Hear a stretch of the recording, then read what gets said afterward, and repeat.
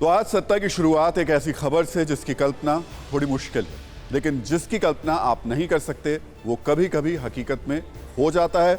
और ऐसा ही हुआ राजस्थान में, जहां अशोक गहलोत का बजट भाषण पूरे देश में चर्चा का कारण बना हुआ है। यह चर्चा इसलिए नहीं है कि उन्होंने राजस्थान में सारे टैक्स माफ कर दिए हैं या फिर राजस्थान दुनिया का सबसे विकसित राज्य बन गया है, बल्कि यह चर्चा इसलिए है कि अशोक गहलोत आज अपने बजट भाषण के पहले 8 मिनट तक पिछले साल का भाषण यानी 2022-23 का बजट भाषण पढ़ते रहे। सोचिए कि मुख्यमंत्री अशोक गहलोत बजट पेश कर रहे थे 2023-24 का और बजट भाषण पढ़ रहे थे 2022-23 का। और ऐसा नहीं कि उन्होंने बजट की कुछ लाइनें पढ़ी हों और उन्हें अंदाजा हो गया हो, बल्कि वो 8 मिनट तक पढ़े जा रहे थे। 5-6 पुरानी घोषणाएं भी कर दी। वो तो अच्छा हुआ कि कुछ विधायकों को यह समझ आ गया कि यह पिछले साल का बजट है। तभी विधानसभा के मुख्य सचेतक महेश जोशी ने गहलोत के कान में कुछ कहा तो सीएम बजट के पन्ने पलटने लग गए। बस फिर क्या था, इस घटनाक्रम के बाद विपक्ष ने हंगामा शुरू कर दिया। एक बार 60 सेकंड का वो वीडियो देखिए जो आज सबसे ज्यादा शेयर किया जा रहा है। अल्प आयु वर्ग के साथ साथ समस्त 1,18,00,000 घरों एक बार स्पीच को क्यों और दूसरी आदमी पुरानी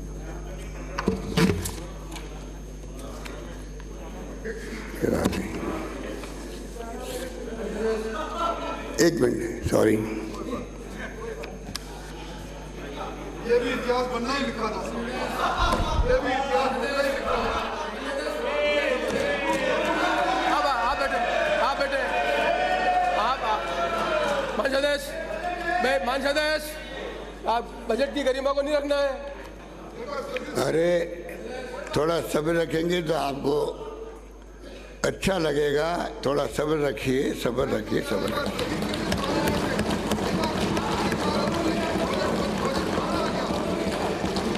सब आदमी YouTube पे देख रहे हैं। तो 8 मिनट के बाद जब अशोक गहलोत को यह बताया गया कि उन्होंने पुराना बजट पढ़ दिया है तो वो संभले और फिर उन्होंने राजस्थान का 2023-24 का बजट पेश किया। बाद में उन्होंने ये कहा कि मानवीय भूल थी, गलती के लिए सॉरी फील करता हूं। लेकिन जब वो गलती के लिए सॉरी फील करते तब तक बीजेपी हथियार उठा चुकी थी और इस पर हंगामा भी मच गया। बीजेपी ने गहलोत पर हमले के लिए नुकीले जुबानी हथियार निकाल लिए और इसकी अगुवाई वसुंधरा राजे ने की। उन्होंने कहा कि जिस मुख्यमंत्री को यही नहीं पता कि वो बजट किस साल का पढ़ रहे हैं, वो राज्य को आगे कैसे ले जाएंगे। 8 मिनट तक सीएम साहब पुराना बजट पढ़ते रहे। ये इतिहास, मुझे लगता है कि इतिहास में पहली बार ऐसी चीज हुई है। हम लोग भी मुख्यमंत्री रह चुके हैं और जब मैं मुख्यमंत्री थी तो मैं इस बजट को 2-2, 3-3 बार पढ़ के उसको चेक करके अपने हाथ में लेती थी। जो मुख्यमंत्री अपने इतने बड़े डॉक्यूमेंट को बिना चेक किए हाउस में आके पुराने बजट को पढ़ सकता है, आप समझ सकते हो कि उसके हाथ में राज कितना सुरक्षित है। आरोप कुछ लगा अलग बात है। सिर्फ बजट की जो कॉपी बांटी जाएगी आप सबको, वो तो तय हो चुका है। उसके अंदर और इस कॉपी को फर्क हो तब तो आप कह सकते हो। कॉपी वही आपको मिली है जो ये बजट में पढ़ रहा हूं। एक एक्स्ट्रा पेज लग गया गलती से मान लीजिए, और आप कह रहे हो कि किसको मालूम कैसे बड़ा लीक हो गया। तो ये बजट कोई कल प्रेस में मैंने छपाया गया इसको। और हमले सिर्फ वसुंधरा राजे ने नहीं किए, बल्कि बीजेपी के छोटे बड़े सभी नेताओं ने इस मौके का भरपूर फायदा उठाया और जयपुर से लेकर दिल्ली तक के नेताओं ने गहलोत पर निशाना लगा दिया। हालांकि कांग्रेस ने थोड़ा बचाव भी किया, कहा कि कई बार ऐसा कई नेताओं के साथ हुआ है, कोई गलत कागज उठ जाता है, ये कोई मुद्दा नहीं है।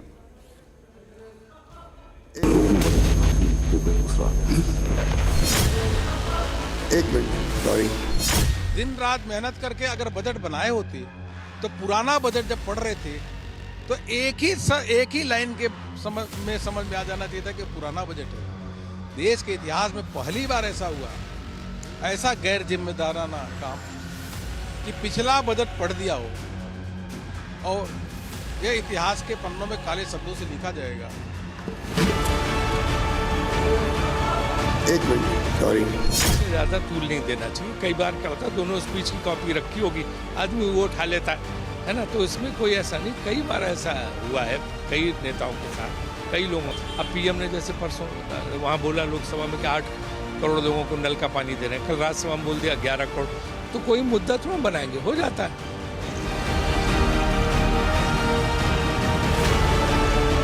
किसी भी तरह की गंभीरता नहीं है अब शासन संचालन करने में। बस उनको डर लग रहा है मेरी कुर्सी कहीं चली नहीं जाए, तो बस उस कुर्सी को बचाने के लिए जनता पिस रही है और पुराना बजट को पेश कर रहे हैं विधानसभा में।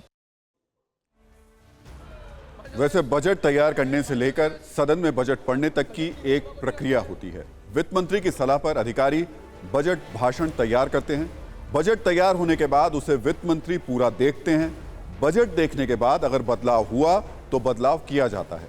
बदलाव के बाद बजट कैबिनेट में पेश किया जाता है। इसके बाद कैबिनेट से बजट को अप्रूवल मिलता है और फिर अंत में वित्त मंत्री बजट को विधानसभा में पेश करते हैं। राजस्थान में अशोक गहलोत ही मुख्यमंत्री हैं और वित्त मंत्री भी, इसलिए वही बजट भाषण पढ़ रहे थे। अब सोचिए, इतनी प्रक्रिया के बाद भी वित्त मंत्री को बजट के पुराने पन्ने दे दिए जाएं तो ये सही नहीं है। चाहे जिस भी कारण से ये हुआ हो, ऐसा होना नहीं चाहिए था। ये सही नहीं है। हो सकता है ये मानवीय भूल हो, लेकिन इससे प्रतिष्ठा को नुकसान तो पहुंचा ही है। और ऐसा पहली बार नहीं हुआ है। इससे पहले ऐसी ही मानवीय भूल की चर्चा 2011 में तब हुई थी जब विदेश मंत्री एस.एम. कृष्णा ने संयुक्त राष्ट्र सुरक्षा परिषद की बैठक में भूलवश पुर्तगाल के विदेश मंत्री का बयान पढ़ना शुरू कर दिया था। तब उनकी भी काफी आलोचना हुई थी। अब यह घटना राजस्थान में हुई है, जहां इसी साल चुनाव है। चुनावी साल में ऐसी घटनाएं भारी भी पड़ सकती हैं। अशोक गहलोत को भी इस बात का एहसास जरूर होगा। वैसे तो अशोक गहलोत जादूगर भी रहे हैं। राजनीति में जादू करने के लिए वो जाने जाते हैं, लेकिन आज शायद उन्हीं के साथ जादू हो गया। अशोक गहलोत के बाद बात दिग्विजय सिंह की, जो TV9 भारतवर्ष के special show Digvijay Singh and 5 editor के गेस्ट थे। इस कार्यक्रम में मेरे सवाल के जवाब में दिग्विजय सिंह ने साफ किया कि रामचरितमानस पर उनकी आस्था है और ये आस्था बरकरार रहेगी। जिन्हें विरोध करना है वो करें, उनके लिए ये आस्था का केंद्र है। सुनिए उन्होंने क्या कहा। आपने कहा आप घोर सनातनी हैं। भारत जोड़ो पे मैं आऊंगा, लेकिन उससे पहले देश में एक बड़ा विवाद इस समय छिड़ा हुआ है रामचरितमानस को लेकर के। उसे नफरती ग्रंथ बताया जा रहा है। आपकी पार्टी के कुछ नेता भी उसका समर्थन कर रहे हैं। आपका क्या टेक है उसमें? देखिए, मैं हमेशा कहता हूं, धर्म आस्था का प्रश्न है और जिसमें आस्था है उसमें हस्तक्षेप नहीं होना चाहिए। अगर मैं और मैं तो मानता हूं रामचरितमानस को, आचार्य तुलसी को हम मानते हैं, जिसने यहां तक कह दिया था कि कहीं पर बैठना, कहीं पे सोना और मस्जिद में जाके सोना, ये रामचरितमानस का अंश है। ये वो कैरेक्टर है हमारे सनातन धर्म का। आप इस बात को समझ लीजिए कि मैं हमेशा से एक बात जानता हूं, इस देश में विविधता है, डाइवर्सिटी है, एथनिक डाइवर्सिटी है, रिलीजियस डाइवर्सिटी है, कास्ट डाइवर्सिटी है। यहां पर एक ऊपर से किसी बात को नहीं थोपा जाना चाहिए। तुम यही खाओगे, तुम यही पहनोगे, तुम स्कर्ट नहीं पहनोगे, तुम पैंट नहीं पहनोगे, तुम ये नहीं पहनोगे, तुम यही खाओगे, ये नहीं खाओगे, ये नहीं है। तुम इसको पूजो, उसको मत पूजो। सुन लीजिए, सुन लीजिए, मैं यही जानना चाहता हूं, आप रामचरितमानस के पक्ष में हैं? मैंने कह तो दिया, आप दोहराना चाहते हैं? मैं हाँ था, हूं और रहूंगा। मेरी आस्था का प्रश्न है। तो दिग्विजय सिंह से ये पूरी बातचीत आप जल्द ही TV9 भारतवर्ष पर देख पाएंगे। इस स्पेशल बातचीत में दिग्विजय सिंह ने भारत जोड़ो यात्रा से लेकर 2024 चुनाव के लिए कांग्रेस के प्लान पर विस्तार से बात की। सत्ता में अब बात करते हैं ऐसी पहल की जो सियासत से ऊपर है, जो किसी सेलेक्टिव मानसिकता के दायरे से बाहर है, जिसमें मानवता है, मानव अधिकार हैं। पूरी दुनिया ने देखा कैसे भूकंप के झटकों से तुर्की को झकझोर दिया गया। शहर के शहर खंडर में तब्दील हो गए। तुर्की में हर तरफ दर्द का दरिया है, मौत का मलबा है, ख्वाबों और सपनों का खंडर है। लेकिन तमाम मुसीबतों के बीच आपसी विवादों, कश्मीर पर तुर्की की कारस्तानियों, मुस्लिम मानवाधिकार के नाम पर एंटी इंडिया एक्टिविटीज को भूलकर भारत कुदरत के क्रोध से तड़प रहे तुर्की के साथ देवदूत बनकर खड़ा हुआ है। मुश्किल की इस घड़ी में भारत ने NDRF की टीम को राहत और बचाव कार्य के लिए तुर्की और सीरिया भेजा है। एनडीआरएफ की 3 टीम, सेना की 3 टीम गई हैं, के साथ गई हैं। 6 फ्लाइट साजो सामान लेकर गई हैं। भारत ने इसे ऑपरेशन दोस्त का नाम दिया है। वैसे भी विश्व प्रसिद्ध लेखक खलील जिब्रान ने एक बार दोस्त को परिभाषित करते हुए लिखा था कि जहां जरूरत का जवाब मिल जाए वही दोस्त है। इस समय तुर्की जरूरतमंद है और भारत एक दोस्त के विराट रूप में खड़ा हुआ है। ऑपरेशन दोस्त के तहत भारतीय सैनिक तुर्की के खंडर से लोगों को बचा रहे हैं। ऑपरेशन दोस्त के जरिए एनडीआरएफ की टीमों को भेजा गया है। 6 फ्लाइट ऑपरेशन दोस्त के तहत साजो सामान लेकर गई। तो तुर्की और सीरिया में विनाशकारी भूकंप में मरने वालों की संख्या 21,000 से ज्यादा हो चुकी है। भारत की पहल का असर यह हो रहा है कि मौत के मलबों में चमत्कार हो रहा है। खंडर मकान के ढेर में दबी सांसों को नई जिंदगी मिल रही है। कुछ तस्वीरों से समझिए कैसे भारत तुर्की में देवदूत बना हुआ है।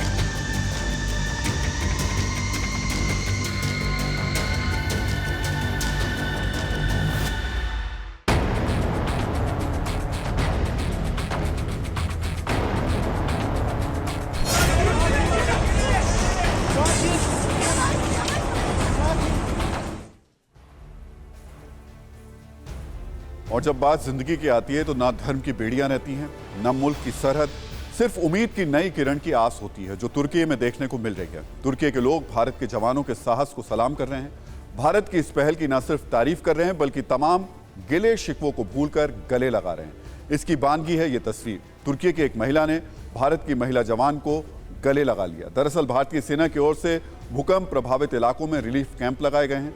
घायलों को इलाज के लिए अस्पताल में ले जाया जा रहा है। लगातार भारतीय सेना की अलग अलग टीम और जवान राहत कार्य में जुटे हुए हैं। ऐसी ही एक कोशिशों को तुर्की के लोग गले लगाकर सलाम भी कर रहे हैं। और भारत के विदेश राज्य मंत्री राजकुमार रंजन सिंह भी मानते हैं कि तुर्की के साथ भारत के डिफरेंसेस हैं, लेकिन यहां सवाल मानवता और जिंदगी बचाने का है। और भारत ने हमेशा से वसुदैव कुटुंबकम की लाइन पर काम किया। हमारा कंट्री तो फास्ट रेस्पॉन्स कंट्री है। कोई भी जगह हो, कोई डिज़ास्टर हो, नेपाल भी हो और एनी जगह में हम भारत को पहला रेस्पॉन्स है। हमारा भारत का फिलोसफी है कोई वही ग्लोब का सब आदमियों को हमने एक फैमिली का माफिक ट्रीट किया है, इसलिए हमने काम कर रहा है। और ये पहली बार नहीं हो रहा कि कोई देश संकट में हो और भारत ने बिना पूछे एक दोस्त की तरह आगे बढ़कर उसकी मदद नहीं की हो। भारत की मदद का लंबा इतिहास रहा है। साल 1963 में इथोपिया भीषण सूखा पड़ने से उसके हालात बदतर हो गए थे। भारत ने मेडिकल स्टाफ की टीम इथोपिया भेजी थी। साल 1965 में यमन में भीषण भूकंप से तबाही हुई थी। भारत ने मेडिकल टीम वहां पर भेजी थी। साल 1999 में भी तुर्की में भूकंप से भारी तबाही हुई थी। भारत ने राहत बचाव के लिए उस वक्त टीम भेजी थी। तुर्की सरकार और आम लोगों ने उस वक्त भी भारत की तारीफ की थी। साल 2005 में पाकिस्तान में भीषण भूकंप से बर्बादी हुई थी। मुजफ्फराबाद में सबसे ज्यादा मौतें हुई थी। उस वक्त भी पाकिस्तान के पाप को भूलते हुए भारत से राहत बचाव की टीम पाकिस्तान गई थी। साल 2006 में इंडोनेशिया में जावा द्वीप पर भीषण भूकंप आया था। भारत सरकार ने मदद के लिए एनडीआरएफ की टीम को वहां पर भेजा था। साल 2008 में म्यांमार में चक्रवात से तबाही आई थी। यहां भी भारत की ओर से एनडीआरएफ की टीम को भेजा गया था। साल 2011 में थाईलैंड में भयंकर बाढ़ आई थी। हजारों लोग बेघर हो गए थे। भारत ने एनडीआरएफ की टीम को वहां भेजा। साल 2015 में नेपाल में विनाशकारी भूकंप आया था। भारत की ओर से एनडीआरएफ की टीम वहां गई थी। सबसे खास बात, जब पूरी दुनिया चीन के फैलाए कोरोना महामारी से जूझ रही थी, भारत ने वैक्सीन मैत्री की विशेष पहल की। दुनिया के 150 से ज्यादा देशों को वैक्सीन से मदद की। और अब सत्ता में हमारी अगली खबर भी देश के लिए बहुत शुभ समाचार है। आपने लिथियम नाम की कीमती धातु का नाम कई बार सुना होगा। इसे आप आने वाले भविष्य का एक ऐसा सोना कह सकते हैं जो बेशकीमती है, और इसी बेशकीमती लिथियम का भंडार अब भारत में मिला है। ऐसा पहली बार हुआ है। इसकी जानकारी हमने आपको अपने शो की शुरुआत में ही दे दी थी। 59 लाख टन लिथियम की साइट की पहचान जम्मू कश्मीर के रियासी जिले में की गई है, और ये कामयाबी हासिल हुई है कि जियोलॉजिकल सर्वे ऑफ इंडिया को। भारत के लिए ये एक बहुत अच्छी खबर है, क्योंकि अब तक भारत लिथियम के लिए पूरी तरह से दूसरे देशों पर निर्भर रहा है। इन्होंने रोड से जो अपनी मशीनरी जो ड्रिलिंग सिस्टम लाते थे, जो पूरा मशीन के साथ खींच के जो इधर लाते थे, ये पॉइंट ये देख रहे हैं आप। इसमें इन्होंने ये कम से कम 100 के करीब इन्होंने ये पॉइंट दिए हैं, जो 5.9 मिलियन टन जो इसमें जो लिथियम निकलना है, इसका पूरा इन्होंने 2 साल तक सर्वे करते रहे। हमारे पास ही रुके थे ये 2 साल, इन्होंने पूरा इसका सर्वे करके वो लखनऊ में भेजा। लखनऊ से पास होकर कल ही जो आपको खुशखबरी, जो हमारे डिस्ट्रिक्ट के लोगों के लिए खुशखबरी, सलाल के लोगों के लिए बहुत बहुत खुशखबरी है, मुबारकबाद है कि ये हमारा रोज़गार का एक नया सुनहरा मौका है। सबसे पहले आपको ये समझने की ज़रूरत है कि आखिर लिथियम का इस्तेमाल कहाँ होता है, और इससे आप इस खबर की अहमियत को अच्छी तरीके से और समझ पाएंगे। लिथियम धातु का इस्तेमाल मौजूदा वक्त में बैटरी बनाने के लिए किया जाता है। इनमें मोबाइल और लैपटॉप की बैटरी शामिल है। इसके अलावा मोबाइल या दूसरे इलेक्ट्रॉनिक गैजेट्स को चार्ज करने के लिए बनाए जाने वाले पावर बैंक की बैटरी भी लिथियम से ही बनाई जाती है। लिथियम का उपयोग इलेक्ट्रिक व्हीकल की बैटरी बनाने में भी किया जाता है, जो आजकल डिमांड में है। इसके अलावा लिथियम से दूसरी चार्जेबल बैटरीज भी बनाई जाती है। अब आपको समझाते हैं कि लिथियम का भंडार मिलने से भारत को फायदा क्या होगा। दरअसल भारत लिथियम के लिए अभी दूसरे देशों पर निर्भर है, तो ये अभी की स्थिति है। लेकिन इस भंडार के मिलने के बाद क्या स्थिति बनेगी? लिथियम आयात करने में दुनिया में भारत अभी फिलहाल 4थे नंबर पर आता है। चीन से लेता है लिथियम भारत, और आयन बैटरी जरूरत का 80% ये हिस्सा है। खादानों में हिस्सेदारी खरीदने पर भारत काम कर रहा है इस मामले को लेकर के, और इसके अलावा अर्जेंटीना, चिली, ऑस्ट्रेलिया और बोलीविया से भी इस मामले पर बातचीत चल रही है। लेकिन अब इस सब बातचीत के बीच में 59 लाख टन लिथियम की खादान हमारे पास ही मिल गई है, हमें मिल गई है, और ये रियासी जिले में मिली है। अब हम न्यूज़ मित्रों को बताते हैं कि भारत में लिथियम मिलना शुभ संकेत क्यों है। लिथियम को दुनिया की एनर्जी ज़रूरतों का भविष्य माना जाता है। आने वाले वक्त में दुनिया क्लीन एनर्जी की ओर बढ़ रही है, जिसके इस्तेमाल से वातावरण में प्रदूषण नहीं होता है, और उसी क्लीन एनर्जी के लिए लिथियम बहुत ज़्यादा ज़रूरी है। एक अनुमान के मुताबिक 2040 तक दुनिया की क्लीन एनर्जी में 90% लिथियम का इस्तेमाल होगा। माना जा रहा है कि आने वाले वर्षों में लिथियम की मांग 51 गुना तक बढ़ सकती है। बढ़ती हुई की मांग की वजह से दुनिया लिथियम के पीछे पड़ी हुई है, और पिछले 1 साल में इसकी कीमत 4 गुना तक बढ़ चुकी है। दुनिया के सबसे बड़े लिथियम के भंडार कहां पर हैं, ये भी आपको बता देते हैं। इस पर भी हमारी सत्ता की एक कुंजी आप देख लीजिए। रिसर्च वेबसाइट स्टैटिस्टिका की एक 2021 की रिपोर्ट के मुताबिक इस मामले में पहले नंबर पर चिली है, जहां 92 लाख मीट्रिक टन लिथियम का भंडार है। इसके अलावा ऑस्ट्रेलिया में 57 लाख मीट्रिक टन लिथियम का भंडार है। फिर 22 लाख मीट्रिक टन के भंडार के साथ अर्जेंटीना, और फिर 15 लाख मीट्रिक टन के साथ चीन का नंबर आता है। अब भारत में लिथियम का भंडार मिलना बड़ी कामयाबी है, लेकिन बैटरी बनाने के साथ लिथियम में दर्द निवारक गुण भी होते हैं, और लिथियम का ये गुण भारत की आयात की निर्भरता वाले दर्द को दूर कर देगा। सत्ता में अब बात विकास और तरक्की की। उत्तर प्रदेश में, जिसकी जिम्मेदारी प्रधानमंत्री नरेंद्र मोदी ने खुद अपने हाथ में ले ली है। उत्तर प्रदेश में आज ग्लोबल इन्वेस्टर समिट की शुरुआत हुई। प्रधानमंत्री नरेंद्र मोदी आज लखनऊ पहुंचे और उन्होंने इसका उद्घाटन किया।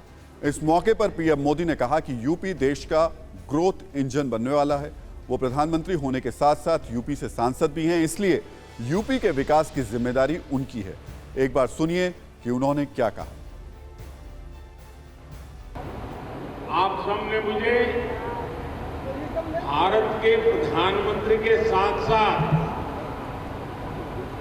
उत्तर प्रदेश का सांसद भी बनाया।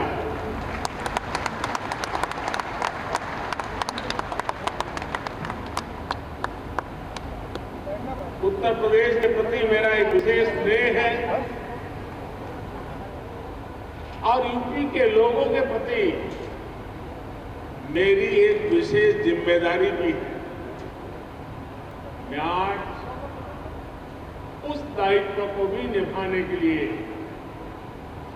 आज इस समिट का हिस्सा बना। पीएम मोदी जिस यूपी के विकास की कतार में सबसे आगे खड़ा करने की कोशिश में लगे हैं, उसके लिए तैयारी यह है कि इस ग्लोबल इन्वेस्टर्स समिट के जरिए 22 लाख करोड़ के निवेश का प्रस्ताव है। 25 लाख करोड़ रुपए के तो एमओयू साइन हो चुके हैं। इस कार्यक्रम में 10,000 बिजनेस डेलीगेट शामिल हो रहे हैं। यूपी ग्लोबल इन्वेस्टर्स समिट 3 दिनों तक चलेगा। 41 देशों की 300 कंपनियां यूपी में निवेश करेंगी। कुल निवेश का 45% पश्चिमी यूपी और 29% पूर्वी यूपी में होगा। प्रधानमंत्री नरेंद्र मोदी प्रयास कर रहे हैं, इसका असर भी दिखाई दे रहा है, लेकिन ग्राउंड लेवल पर अगर काम नहीं हुआ तो विकास की कोशिश बेकार साबित हो सकती है। अब आज ही जैसे इन्वेस्टर समिट में कारोबारियों को बुला तो लिया गया, लेकिन किसी का क्यूआर कोड काम नहीं कर रहा था तो किसी को कोई दूसरी समस्या थी। तैयारियों को लेकर जो सरकार दावे कर रही थी कि कई अच्छी तैयारियां यहाँ पे की गई है, लेकिन मैं आपको दिखाऊं कि यहाँ पर जो इन्वेस्टर्स हैं वो यहाँ पर पहुंचे हुए थे और 1 घंटे से ज़्यादा का जो समय है वो बाहर गेट पे इंतजार कर रहे थे और कोई उनको बताने वाला नहीं था कि उनकी एंट्री कहाँ से होगी। जो इन्वेस्टर्स हैं वो हमारे साथ मौजूद हैं और ये काफ़ी गुस्से में है क्योंकि इन लोगों को एंट्री को लेकर काफ़ी दिक्कत थी और जो दावे किए जा रहे थे कि सभी जगह पे लोगों को लगाया गया है, किसी तरीके की कोई दिक्कत नहीं होगी। खास तौर पे जो इन्वेस्टर्स जो बाहर से आ रहे हैं उनको किसी तरीके की दिक्कत नहीं होगी, लेकिन ये जो दावे हैं ये कितने खोखले हैं ये आप देख सकते हैं। इन्हीं से बात करते हैं। हम लोग सवेरे से आए हुए हैं। प्रॉब्लम यहाँ है कि यहाँ पे एक तो अरेंजमेंट नहीं है कहीं पे आने जाने का। You go to one gate then we are going from one gate to another gate, एक गेट से दूसरे गेट पे जा रहे हैं। अगेन जब हमारे को बोला कि इस गेट पे हम आए हैं, आने के बाद हम लोग अभी भी 1 घंटे से ही खड़े हैं वहाँ पे। Now somehow they have made us enter. We don't have that card pass and they are not allowing us. Then what's the need of that digital India? फिर डिजिटल इंडिया का मतलब ही क्या हुआ? अगर वो QR कोड स्कैन करके हम नहीं आ पा रहे फिर वो करना ही नहीं चाहिए था। हालांकि प्रधानमंत्री के प्रयास में कोई कमी नहीं है। यूपी में इन्वेस्टर समिट के बाद विकास की रफ्तार को और तेज करने के लिए वो महाराष्ट्र पहुंचे, जहां उन्होंने मुंबई सोलापुर वंदे भारत और मुंबई साईनगर शिरडी वंदे भारत एक्सप्रेस ट्रेन को हरी झंडी दिखाई। इस मौके पर पीएम मोदी ने कहा कि वंदे भारत ट्रेन आज के आधुनिक होते भारत की बहुत ही शानदार तस्वीर है। अभी तक 10 ऐसी ट्रेनें शुरू हो चुकी हैं और 17 राज्यों के 108 जिले वंदे भारत एक्सप्रेस से कनेक्ट हो चुके हैं। पीएम मोदी ने इस मौके पर छोटे बच्चों से मुलाकात भी की। बच्चों ने पीएम मोदी को एक गीत भी सुनाया। अभिमान घना पेताशालीना भारत जनता हम कुलिशादपि कठिना कुसुमादपि वंदे भारत जनता हम। अभिमान घना पेताशालीना भारत जनता हम कुलिशादपि कठिना कुसुमादपि वंदे भारत जनता हम। और सत्ता में अब बात करते हैं ऐसे शब्दों की जो असंसदीय हैं, यानी ऐसे शब्दों के संसद की कार्यवाही के दौरान इस्तेमाल पर कार्रवाई होती है। भाषण के उस हिस्से को रिकॉर्ड से हटा दिया जाता है जिसे हम संसदीय भाषा में एक्सपंज कह सकते हैं। संसद के इस सत्र में एक्सपंज वाली कहानी शुरू होती है आज से 3 दिन पहले, यानी 7 फरवरी को, जब कांग्रेस नेता राहुल गांधी के भाषण के कुछ अंश को स्पीकर के आदेश पर संसद के रिकॉर्ड से हटा दिया गया। दरअसल भाषण के उस हिस्से में राहुल गांधी सरकार को अडानी के मुद्दे पर घेर रहे थे। इस दौरान राहुल गांधी ने प्लेन में बैठे पीएम नरेंद्र मोदी और गौतम अडानी की एक पुरानी फोटो भी दिखाई थी। जैसा कि कांग्रेस नेता जयराम रमेश के मुताबिक लोकसभा में भाषण के दौरान राहुल गांधी की 18 टिप्पणियों को हटाया गया। पीएम से पूछे गए सवालों को भी हटा दिया गया। अडानी और पीएम मोदी के रिश्ते को जो बोला उसे हटाया। एजेंसी का मिसयूज और विदेश यात्राओं को लेकर सभी आरोपों को हटाया। आज आपको यह भी बताएंगे कि संसद में दिए गए भाषण के अंश के रिकॉर्ड को कैसे हटाया जाता है और इसके नियम क्या हैं। लेकिन पहले ये जानिए कि कैसे लोकसभा स्पीकर के इस एक्शन पर सियासी संग्राम छिड़ गया है। कांग्रेस के अध्यक्ष मल्लिकार्जुन खड़गे ने इस कार्रवाई को गलत बताया और कहा कि चाहे कोई भी कार्रवाई हो, हम अपनी फीलिंग बता कर रहेंगे।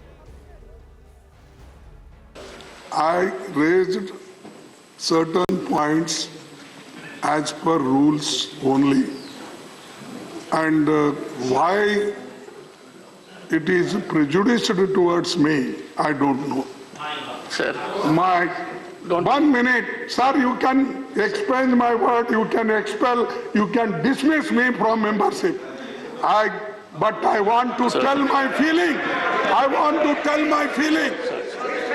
And when sorry. Take your.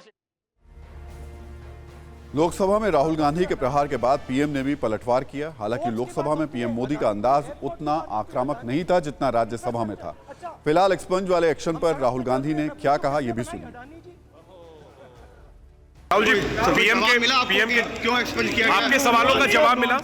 कोई जवाब नहीं मिला। राहुल जी, पीएम के क्यों एक्सपंज किया गया? आपके सवालों का जवाब मिला? कोई जवाब नहीं मिला। इस मामले में संसदीय कार्य मंत्री प्रहलाद जोशी ने राहुल गांधी और मल्लिकार्जुन खड़गे को जवाब दिया। अनाप शनाप आरोप, अनाप शनाप भाषा, बेबुनियाद आरोप, बेसलेस एलिगेशंस, एंड वो भी कुछ भी ऑथेंटिकेशन नहीं करते। ये तरीका है क्या? यही मैं उन लोगों से पूछना चाहता हूँ। तो ये तो हुई आरोप प्रत्यारोप की बात। आज आपके मन में भी ये सवाल उठ रहा होगा कि एक्सपंज क्या होता है, क्यों होता है, इसके नियम क्या हैं और इसका असर क्या होता है। संसद में एक्सपंज का इतिहास पुराना है। दरअसल संविधान के अनुच्छेद 105(2) के तहत भारत की संसद में कही गई किसी भी बात के लिए कोई सांसद किसी कोर्ट के लिए उत्तरदायी नहीं होता है।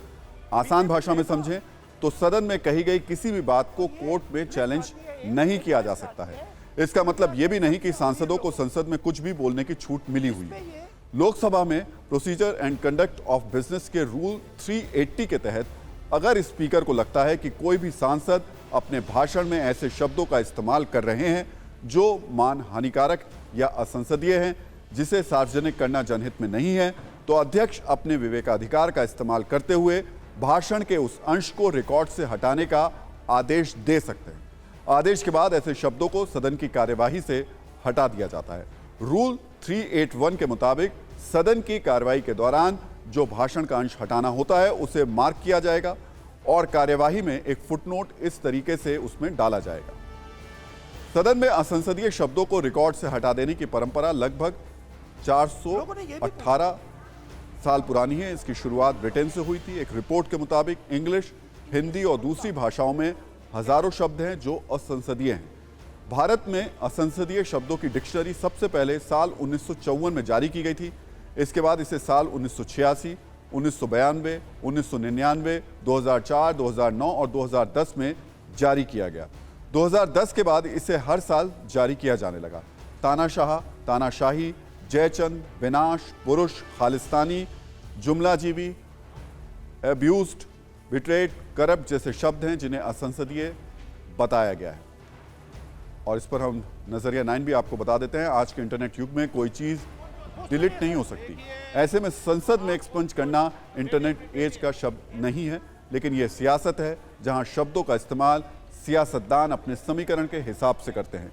यही वजह है कि वक्त वक्त पर संसद के असंसदीय शब्दों की डिक्शनरी अपडेट होती रहती है, नए शब्द जुड़ते रहते हैं, नए शब्द एक्सपंज भी होते रहते हैं। और अब देश की बड़ी खबरों के लिए देखते हैं सत्ता टॉप 9। पीएम मोदी ने मुंबई के मरोल में अल्जामिया तुस सैफिया अरबी अकादमी के नए कैंपस का उद्घाटन किया। पीएम ने कहा, दाऊदी बोहरा समाज ने हमेशा खुद को साबित किया है। सहित बड़ी संख्या में गणमान्य हस्तियां। पीएम मोदी ने आज महाराष्ट्र को विकास परियोजनाओं की सौगात देते हुए 2 वंदे भारत ट्रेनों को हरी झंडी दिखाई। पीएम ने कहा, इससे मुंबई से सोलापुर और साईनगर शिरडी तक कनेक्टिविटी बढ़ेगी। ये वंदे भारत ट्रेनें बजट में सीएम गहलोत ने बड़ा चुनावी दांव खेला है। गरीबों को 500 रुपए में सिलेंडर और घरेलू उपभोक्ताओं को 100 यूनिट मुफ्त बिजली देने का ऐलान किया गया। तो राजस्थान के बजट में महिलाओं और किसानों के लिए भी बड़ी घोषणाएं हुई हैं। हिंडनबर्ग रिपोर्ट पर सुनवाई करते हुए सुप्रीम कोर्ट ने सेबी को नोटिस जारी किया है। कोर्ट ने पूछा, निवेशकों के हितों की रक्षा के लिए क्या किया। सेबी से कोर्ट ने सोमवार तक जवाब मांगा है। बीबीसी की विवादित डॉक्यूमेंट्री पर प्रतिबंध लगाने वाली याचिका को सुप्रीम कोर्ट ने खारिज कर दिया। कोर्ट ने कहा कि याचिका गलत है, हमारा समय बर्बाद मत कीजिए। हिंदू सेना ने बीबीसी को भारत में पूरी तरह से बैन करने की मांग की थी। दिल्ली की महरौली में झुग्गियां हटाने को लेकर जमकर हंगामा हुआ। स्थानीय महिलाओं ने डीडीए के डेमोलिशन दस्ते का पुरजोर विरोध किया और इसके बाद पुलिस ने उन्हें हटाया। इलाके में नोटिस के बाद भी अवैध कब्जा खाली नहीं हुआ था। उत्तराखंड में पुलिस और छात्रों के बीच कल हुई झड़प के विरोध में छात्रों ने आज देहरादून में कचहरी के बाहर धरना प्रदर्शन दिया। बेरोजगार संघ ने आज उत्तराखंड बंद का ऐलान किया था। इसरो ने एक बार फिर इतिहास रचते हुए small satellite launch vehicle D2 को लॉन्च किया। श्रीहरिकोटा से SSLV D2 ने उड़ान भरी और EOS-07, JANIS-1 और आजादी सेट 2 सैटेलाइट को सफलतापूर्वक अंतरिक्ष की कक्षा में स्थापित किया। उत्तराखंड में मौसम करवट बदल रहा है। बद्रीनाथ, हेमकुंड साहिब और गौरसो में फरवरी के महीने में भी भीषण बर्फबारी जारी है। बद्रीनाथ मंदिर भी बर्फ से ढक गया है। चमोली, मसूरी और चक्राता में बारिश होने के बाद ठंड बढ़ गई है। तो सत्ता में आज का टाइम खत्म हो गया। जाते जाते सभी न्यूज मित्रों से हमारी न्यूज रिक्वेस्ट है कि वो सत्ता की न्यूज रील्स को ज्यादा से ज्यादा शेयर करें और खबरों को लेकर अपनी राय हमें व्हाट्सएप जरूर करें।